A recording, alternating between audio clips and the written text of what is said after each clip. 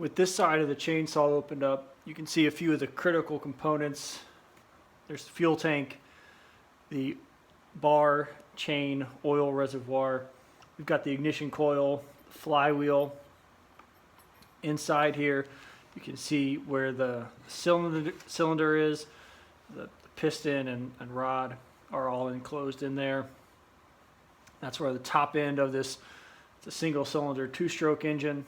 And this goes down into the cylinder. That's a pressure release. Actually, it's already pushed.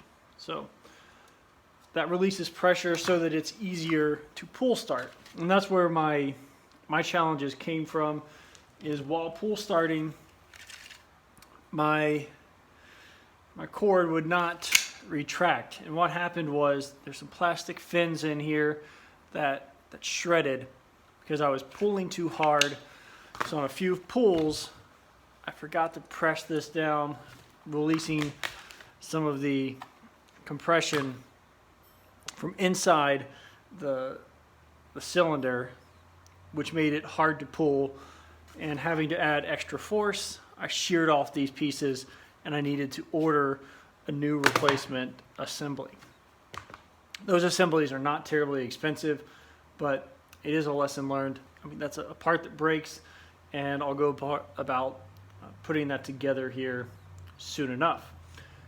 So this is a Farmertec G466. It's modeled on the Stihl 460, and there's some interchangeable parts with the 440 or the G444 made by Farmertec. The 440 is a Stihl product. These are clones of the Stihls, and many of the parts, if not all the parts, are interchangeable with OEM. But I'm going to take the opportunity here. I need to not only blow out my cover, but I need to clean out my air filter as well. So every part of a chainsaw just gets nasty, and I've already blown off any of the exposed pieces here. So I need to do a thorough clean before I reassemble. Everything else looks to be operational and in good condition. I'm not going to take the cover off to get to the top end being the piston and the cylinder.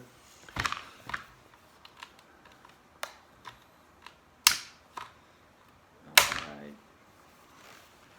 Here on the front of the saw, we've got the exhaust cover. So the exhaust comes out here, and I've also got the dogs. Those bite into the wood as you're sawing, which helps keep control of the saw. On this side is where you would have the bar attached to the power head and the chain as well. So let me just take these nuts off. Inside this cover, we have this plate, and that is where the oil will come through, and it will lubricate the bar and the chain. Also over here we've got the clutch, and this is where the chain is going to be engaging with the power head. So the chain will wrap around here, and I'll put everything together and show you what that looks like. We've got a little sacrificial piece that just helps keep the chain in place. You can see that I've had a little bit of wear there, but there's still plenty of life in this piece. While I've got everything opened up, I will be making sure all the bolts are tightened. But you can't get much simpler than a chainsaw. You can hear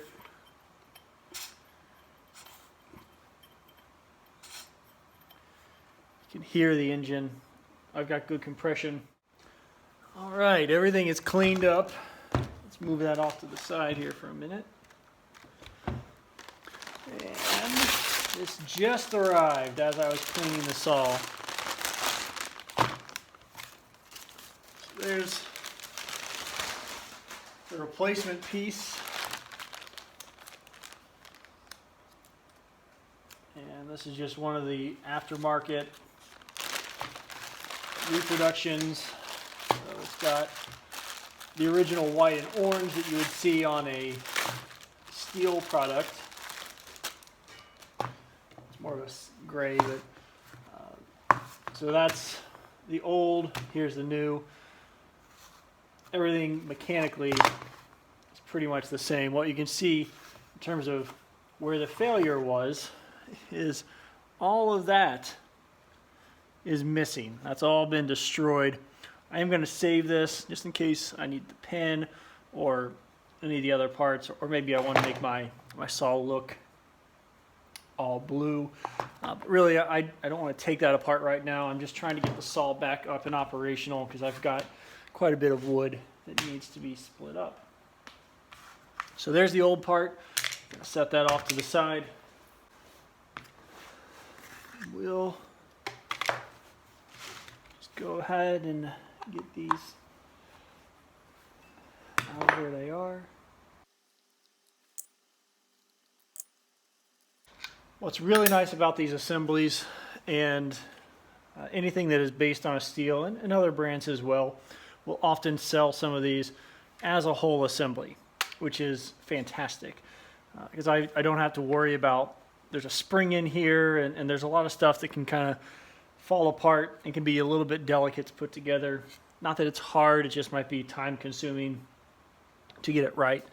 So these assemblies, they're worth the extra couple of dollars because they really do just kind of slap them in place and they should bolt right up.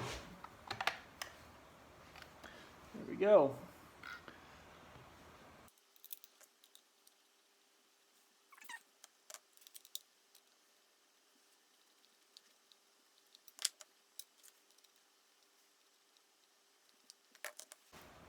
This piece goes through the chain brake handle. So there's a few more things to align, but it's not tricky.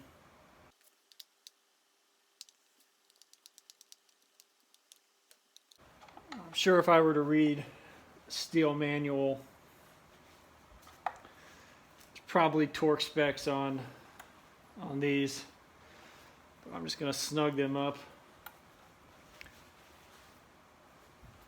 Plenty of threads. I do inspect my saw after every time I use it for any obvious loose bolts or other problems.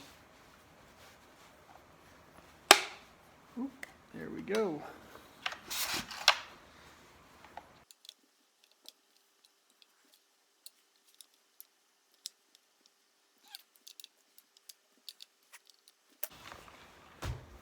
That's back in place. Throw that on. Get my cover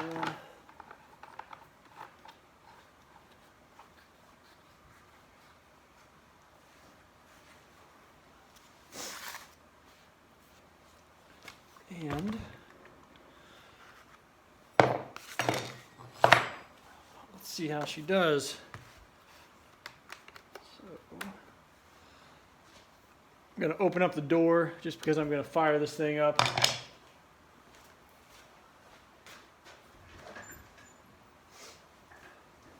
If you're wearing headphones, this may get loud. So, full choke. Push the detent pin.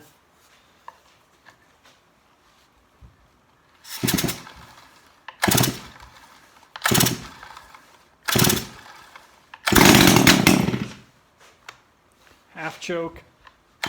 Oh, there we go.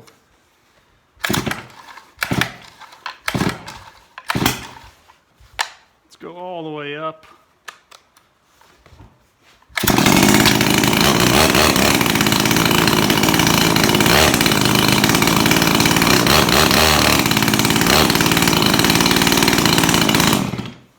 All right. Now, we've got this clutch plate off. I have the chain brake out. If I pull the chain brake in, we'll be able to see actually the clutch spinning the other direction here. So let's get that going. And that's why I broke the last one.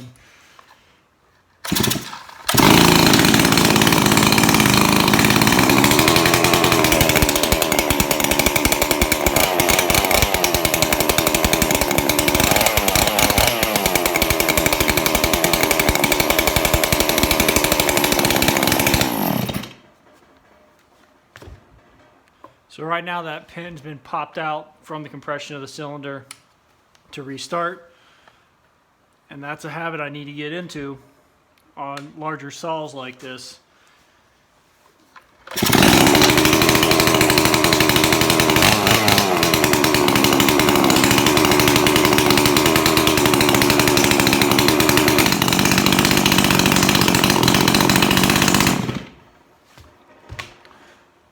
So if your string breaks on your saw, it's a really easy fix. So we're going to get the blade, or the saw, chain and bar on here.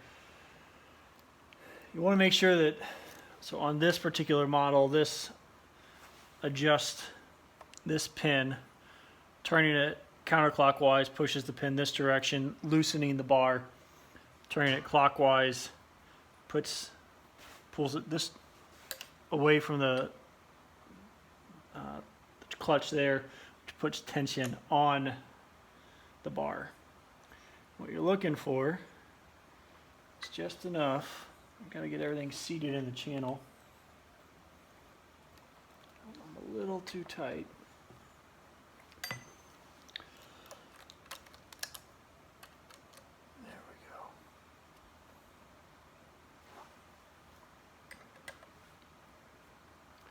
It's hard to do all this without the clutch plate on, which would give it much more stability. So we'll get into that here.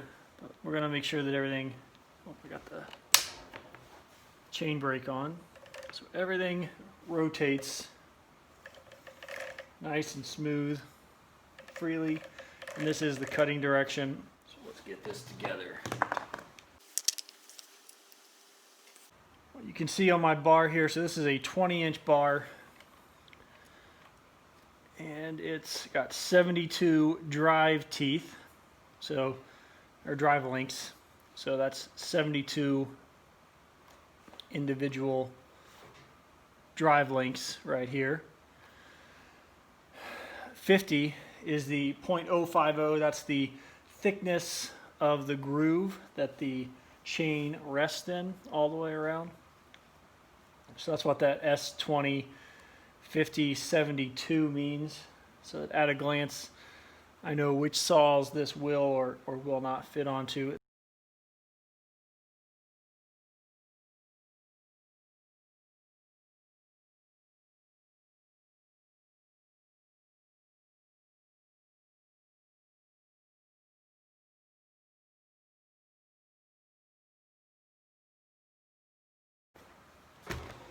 That's how you mount a bar to just about any chainsaw, but that one in particular. So sometimes you'll see the chain tensioner, like on a MS170 or some other stuff. You'll see chain tensioners that are down in here and kind of hard to get to. On nice, what I would call pro saws, everything's going to be really easy to get to because guys are going to be doing this, well, and ladies too, are going to be doing this out in the field. I'm going to loosen that up.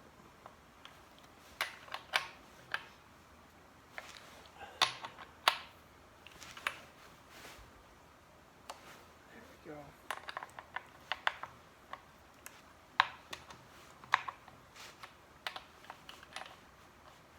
I want everything to be easily accessible.